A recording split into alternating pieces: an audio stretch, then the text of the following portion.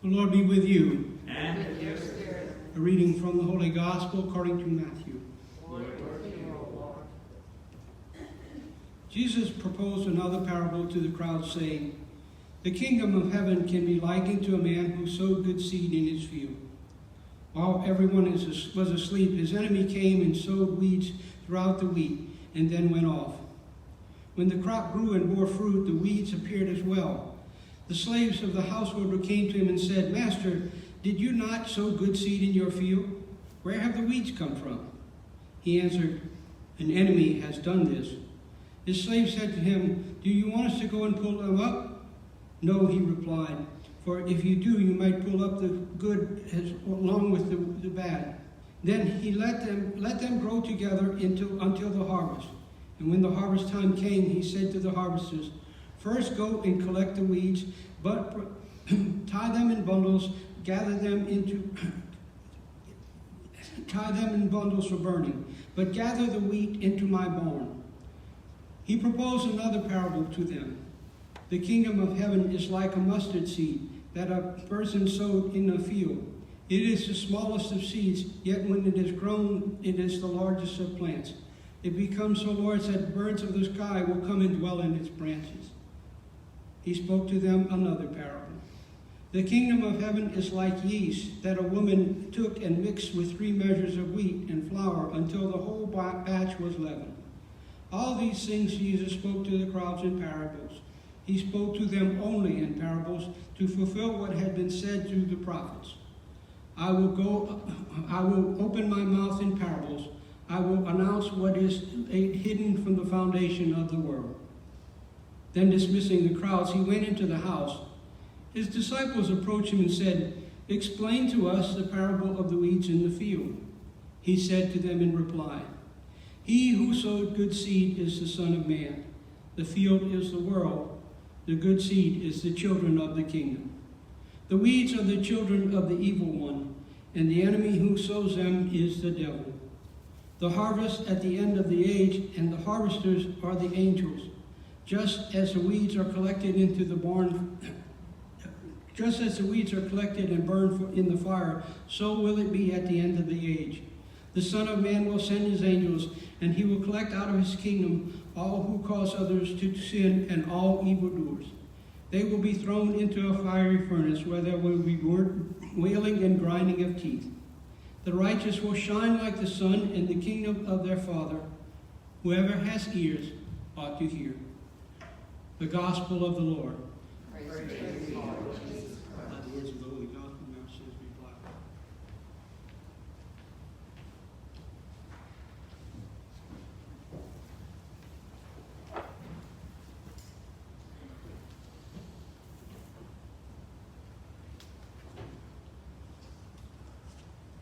Good evening. Back in the late 70s, there was a film called Oh God. Some of you may have seen it. It starred John Denver and George Burns. John Denver played the part of Jerry Sanders, Landers, a grocery manager who was called by God to announce the good word of the Lord. He had a mission for him, so he called him to go out and actually, it initially started as he received a letter that he was going to have an interview with God. Reluctantly, after having received the letter 3 or 4 times, he decided to go to the place where the interview was supposed to be.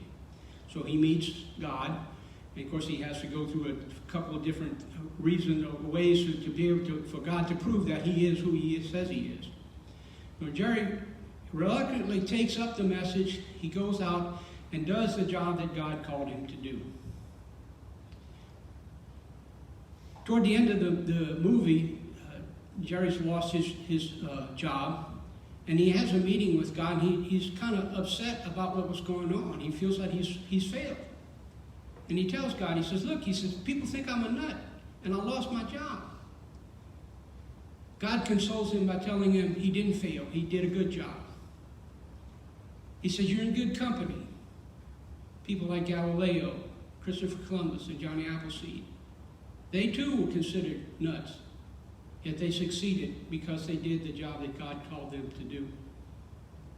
He told Jerry, You go out and you plant a few good seeds. If they're good, they take root. I gave you good seed. In the very last scene, the very ending of the movie, Jerry's asking God, well, how do I know? How can I get in touch with you? And God tells him, tell you what, you pray and I'll listen. And as he walks off, he says, maybe it'll help when you have difficulty believing me to know that I believe in you. The interesting thing about this particular movie was the producers, when they were trying to come up with a person to play the part of God, when they finally chose George Burns, they had difficulty, and actually several different people selected, but they had to come up with an image of person that people could relate to. It just so happened at that particular point in his career, George Burns had related to several different generations. So he was chosen to take that part of God. In our readings today, we get a different description of who God is. In the Old Testament, oftentimes we hear God being a God of fire and brimstone, a savage God, one who is out for vengeance. But in our book of wisdom today, we hear a picture of a different God, a sovereign God, one who uses his power to save his people. He uses it in such a way that he's a just and righteous God. Wisdom tells us that if people have it, we can accomplish many things. And that gift is a gift, that gift of wisdom is a gift from the God, a righteous God. In wisdom, we find that God is patient with his people. He's loving towards his people. He helps out those who are in need. Those who do no wisdom, no success. They have all of the gifts, all of the things that they need to bring about a righteous end to their conditions.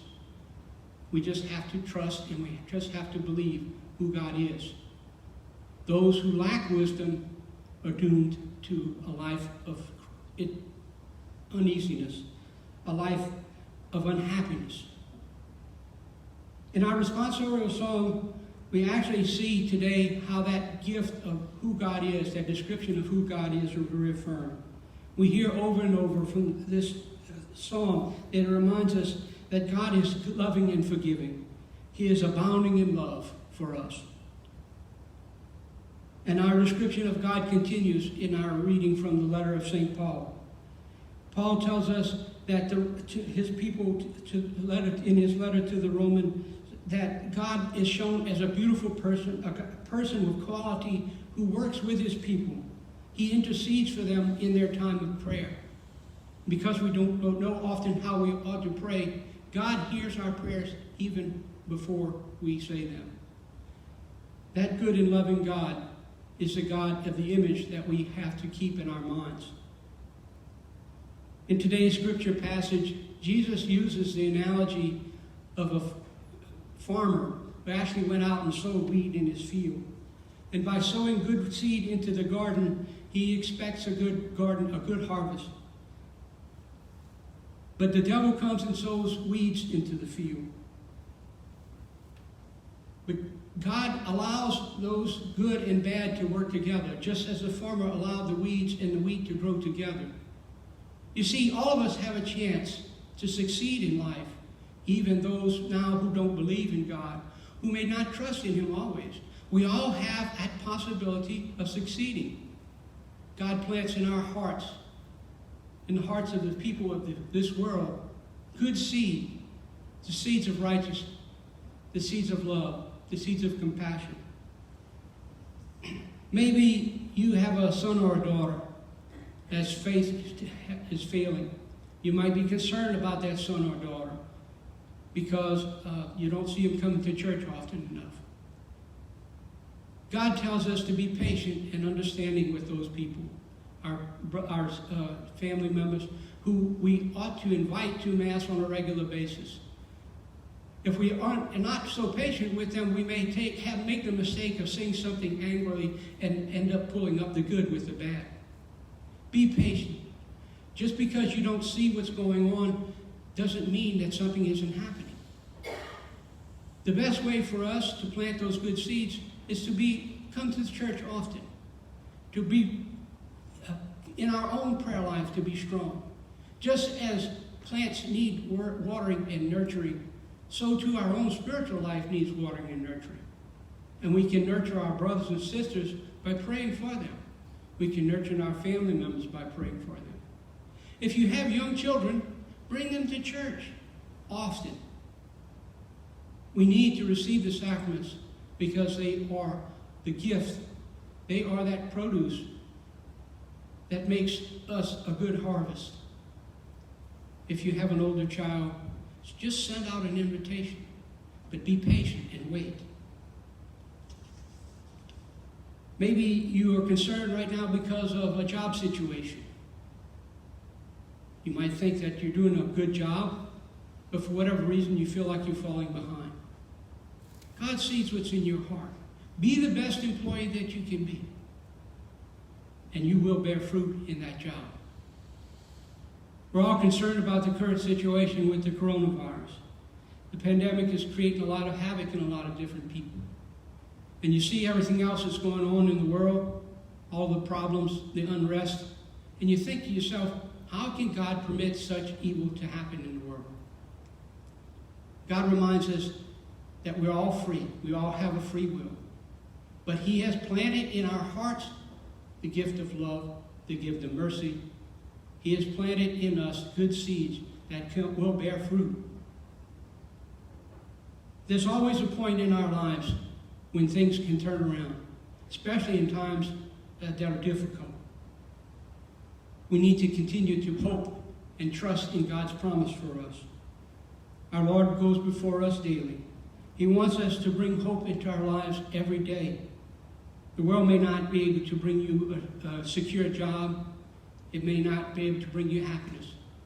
But God's love can. Even if you feel as though the weeds are growing up all around you, remember, just as God told Jerry, you're in good company. He assures us, even in our work today, that He's planted good seeds in us, and they will take root. Maybe you have a relationship with a neighbor that's being stressed. It's a time for us to bring some love into that neighbor's harvest. We must be kind to our neighbors. We must love them even though we might feel difficult or our relationship with them might be strained.